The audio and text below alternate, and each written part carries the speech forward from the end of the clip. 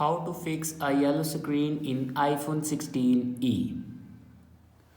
So let's start the video. First of all, open settings.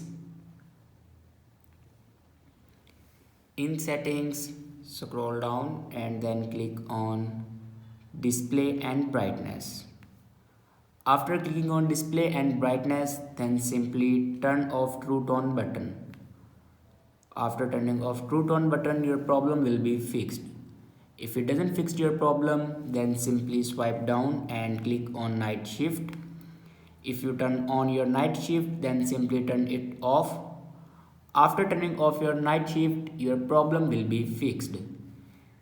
And if it doesn't fix your problem, then go back and click on accessibility and then click on display and text size.